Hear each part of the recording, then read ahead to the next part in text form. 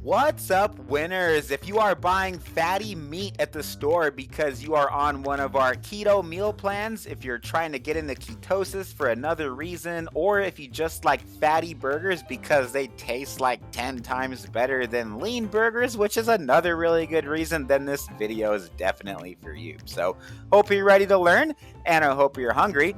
You are probably busy too, because who isn't? So I'm going to assume that. I've been sure to get this down as fast and as simple as I possibly can for this reason. I'm just like you guys. This is the best diet in the world, I think, but the best diet in the world is the one that you can actually stick to. And so we always have to keep that in mind. I've got a wife, I've got 2 kids, I've got a couple dozen athletes right now that are all meat-based. They're all 100% natural. 7 of them are competitive bodybuilders and a power lifter that are all 16 weeks out or less from their next show/meet.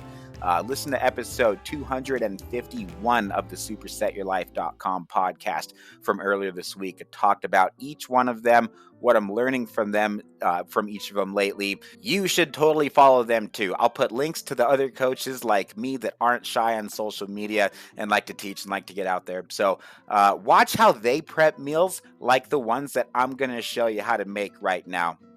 Proverbs 15:22 says, "Plans fail when there is no counsel, but with many advisors, they succeed." All right, in this video, I'm going to be walking you through how I've been prepping my 73% burgers. Yep, the really, really fatty ones, the delicious ones. I'm doing basically the same thing every single day. I have been since the start of my contest prep. Personally, I thrive best on routine. There's moderators, there's eliminators. I'm the best when I eliminate things and stick to a solid routine that I know works and that I know that I love. I like what Keto Mary says. Variety isn't the spice of life. Vitality is. So for me, keeping the ingredients to a minimum is key so that you can add spices and seasonings and stuff if you want. But I just like to keep it, again, very, very minimal and use natural sea salts. I've been keeping it as simple and cheap as possible because I would rather be playing bass. I would rather be running with my dog. I would rather be teaching a client how to pose, or I would rather be watching The Chosen for the millionth time with my beautiful wife.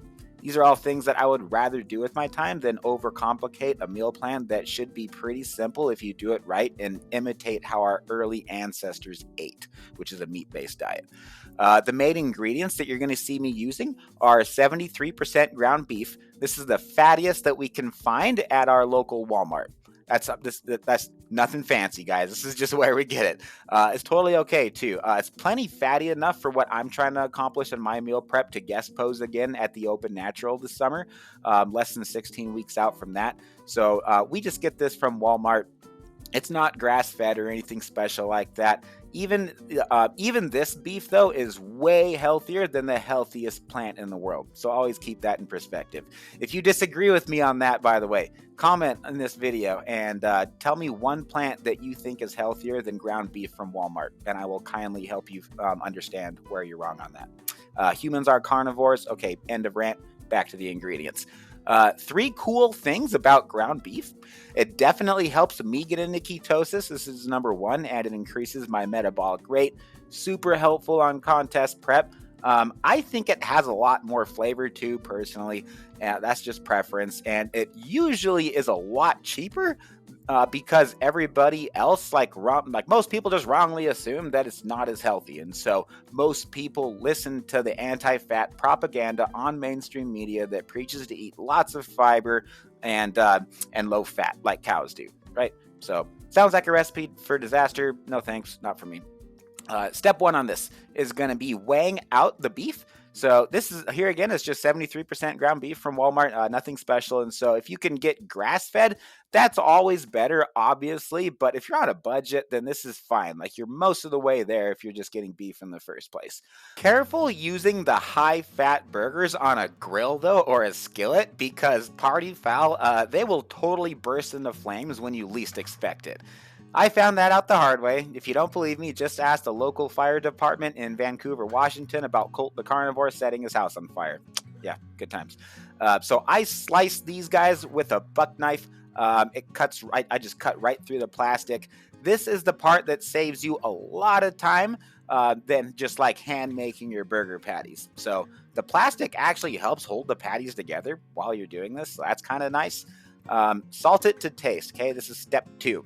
So you're going to salt to taste. Here's where I use Celtic sea salt, pink potassium cave salt. I've had it every single day for years since they sponsored my last bodybuilding competition. So grateful that they did that. We proudly sell it on our website, supersetyourlife.com. It's a nice fine texture, which is nice for this part. I get it all over both sides of the patties, and then I take the plastic off of the edges before packing them into tighter patties.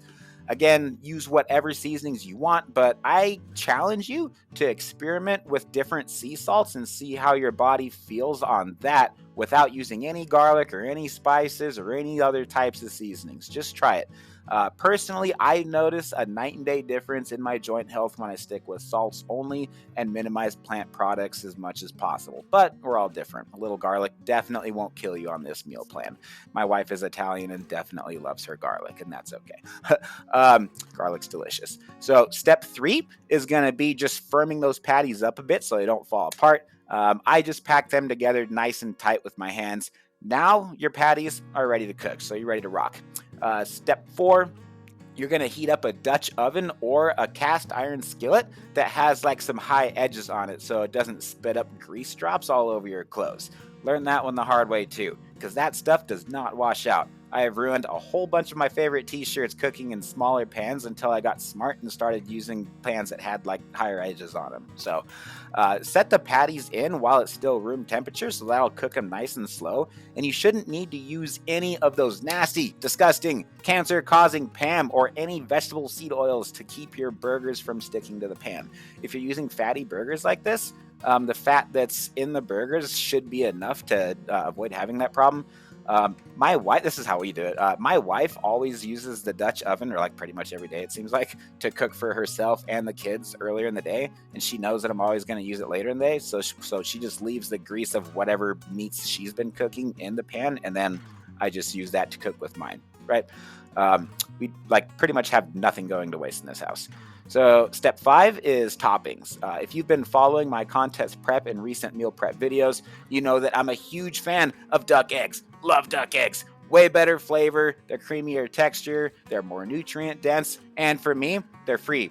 So sorry, you can't get it on this deal probably unless you like live nearby here. But my parents live 20 minutes away and have like a zillion of them, so definitely can't beat the price. But other favorite ways that I top them are homemade beef tallow gravy, chicharrones. I'm doing less of those right now because I'm dropping my protein a little bit lower. So this isn't like the best source of amino acids, and that's for damn sure. But they are super good. So cheese, and I've cut out that recently too because of prep. It doesn't digest as well for me, like, or at least quite as well as beef and eggs. And I just kind of want everything going for me right now. Eating like more so for function, in the words of Jay Cutler, right? But this is pretty typical of a meat-based of cutting on a meat-based diet, is to get cheese out of there at some point. But I mean, if you're not stepping on stage anytime soon, load it up with cheese. Super good. All right, step 6. Any additional fats, if necessary, you want to add those in. Make sure that you nail your macros on the head. So I totally threw in a bite of butter last night just because I was a little under on my fats. Our client and friend Lucky Krim, who we've had on the podcast too a couple times, says, if your butter doesn't have bite marks in it, then you are not a real carnivore. I have never forgot that. I'm sure you're still a wonderful person, though, even though you're not a real carnivore. Okay, so that's it. So from there, you can prep your leftovers. These burgers are great the next day. They're super easy to prep in containers.